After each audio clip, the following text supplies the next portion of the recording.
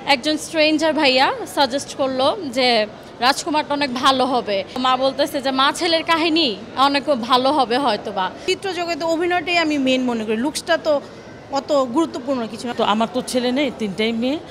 একজন স্ট্রেঞ্জার ভাইয়া সাজেস্ট করলো যে রাজকুমারটা অনেক ভালো হবে। আমার মা আবার একটু ছেলে ভক্ত, কজ আমাদের কোনো ভাই নেই। তো মা বলতেছে যে মা ছেলের কাহিনী অনেক ভালো হবে হয়তোবা।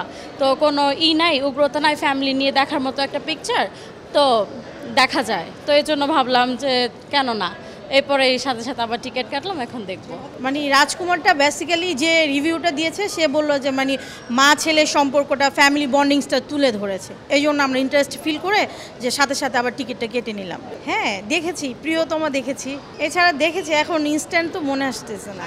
অভিনয় তো অসাধারণ অভিনয়, কারণ চিত্র জগতে অভিনয়টাই আমি মেন মনে করি, লুকসটা তো অত গুরুত্বপূর্ণ কিছু না। কারণ লুকস তো মোটামুটি সব নায়কেরই মোটামুটি সুন্দর, বাট অভিনয়টা বেশ ভালো। শাকিব খানের যে কোনো চরিত্রে সে খুব সুন্দর করে ক্যারেক্টার ঢুকে যেতে পারে। তোমার গানটা আমি দেখেছি, ওই যে বিদেশিনীর সাথে ওই গানটা আমি দেখেছি, হ্যাঁ খুব ভালো লেগেছে। আমি মেয়েদেরকে নিয়ে রাজকুমারটা দেখতে আসছি।